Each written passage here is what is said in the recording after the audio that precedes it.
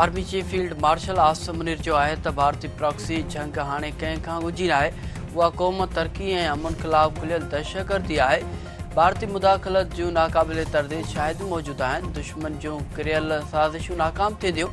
बलोचिस्तान में अमन ते कंहिं बि क़िस्म जी सौदेबाज़ी न कई वेंदी। पाकिस्तान जो मुस्तक़बिल हिकु पुरअमन ऐं ख़ुशहाल बलोचिस्तान सां वाॻियल आहे। वज़ीर आज़म शहबाज शरीफ़ जो आहे त भारतीय सरपरस्ती में कम कंदड़ दहशतगर्द अमन ऐं तरक़ी तबाह करे रहिया आहिनि। भारतीय फितने जहिड़ा दहशतगर्द मक़ामी हिमायत हासिल करण जी नाकाम कोशिश करे रहिया आहिनि। अमन दुश्मननि जी मुल्क में का बि जाइ नाहे। मक़ामी सतह ते मज़बूत राब्ते ऐं सहकार खां सवाइ दहशतगर्दी ख़िलाफ़ कामयाबी मुमकिन नाहे। हुकूमत हथियारबंद फ़ौज, कानून लागू कंदड़ इदारा ऐं इंतिज़ामिया क़ौम जी हिमायत सां दहशतगर्दी ख़िलाफ़ जंग खे अंजाम ताईं पहुचाईंदा। बलोचिस्तान जे माण्हुनि खे भारतीय सरपरस्ती में थींदड़ साज़िशुनि खां होशियार रहणो पवंदो।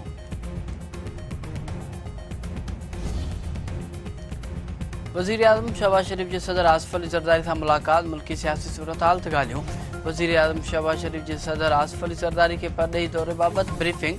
सदर आसिफ अली ज़रदारी जो चवणु आहे त गॾिजी पाकिस्तान खे तरक़ीअ जे रस्ते ते आणणो पवंदो। मुल्क जी कामयाबियुनि खे दुनिया क़बूल करे रही आहे। कंहिंखे बि मेरी अख सां ॾिसण जी इजाज़त न ॾिनी वेंदी। वज़ीर आज़म शहबाज शरीफ़ जो आहे त पाकिस्तान हमेशह अमन जो पैगाम ॾिनो आहे। दोस्त मुल्कनि जा दरवाज़ा कामयाब रहिया।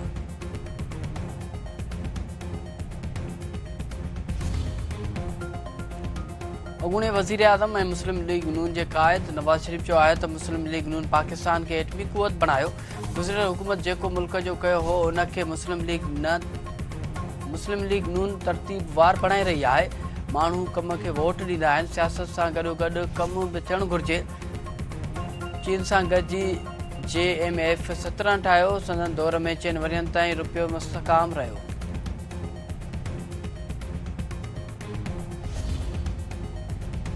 PP चेयरमैन बिलावल भुट्टो ज़रदारी जी अॻवानी में वफ़द जी न्यूयॉर्क आमद। बिलावल भुट्टो ज़रदारी पाक भारत शिकतान बाबति पाकिस्तान जो मौक़िफ़ साम्हूं रखंदो। PP चेयरमैन गॾियल क़ौमुनि जे सेक्रेटरी जनरल सां मुलाक़ात कंदो। पाकिस्तानी वफ़द न्यूयॉर्क में अमरीकी थिंक टैंक ऐं कांग्रेस मेंबरनि सां बि मुलाक़ातूं कंदो।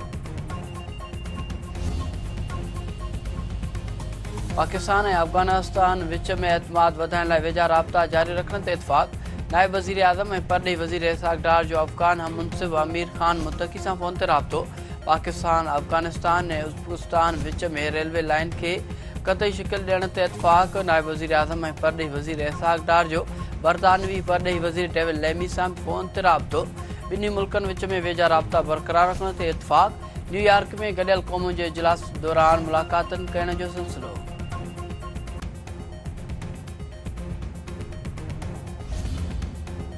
सियालकोट जे सूबाई तक PP 52 संभरियाल ते नंढी चूंड में मुस्लिम लीग नून जे हिना अरशद 38,419 वोट खणी कामयाब। तहरीक इंसाफ़ PPTLP समेत आज़ाद उम्मीदवारनि खे शिकस्त। कराची जे मुख़्तलिफ़ इलाइक़नि में ज़िलज़िले जा लोॾा शहरी ख़ौफ़ सबबि ॿाहिरि निकिरी आया। कलमे जो विर्द ज़िलज़िले जी शिदत 3 ॾहाई ऐं 6 ऐं ऊनाही 10 किलोमीटर रिकॉर्ड ज़िलज़िलो मापींदड़ मर्कज़ जो चवणु आहे त ज़िलज़िले जो मर्कज़ क़ाइदाबाद वेझो इलाइक़ो रिकॉर्ड कयो वियो आहे। शिकारपुर में मुबैना पुलिस मुक़ाबिलो 2 ॾोहारी मारिजी विया, 1 ज़ख़्मी। पुलिस जो चवणु आहे त 15 पुलिस फुरकंदड़नि जो पीछो कयो त ॾोहारियुनि फायरिंग कई। पुलिस जी जवाबी फायरिंग में 2 ॾोहारी मारिजी विया ऐं 1 ज़ख़्मी थी पियो। मारिजी वियलनि जी सुञाणप न थी सघी आहे।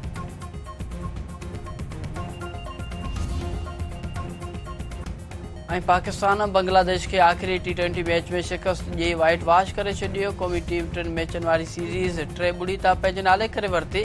मोहम्मद हारिस जी शानदार सेंचुरी, साइम अयूब 45 रन्सनि जी इनिंग खेॾी।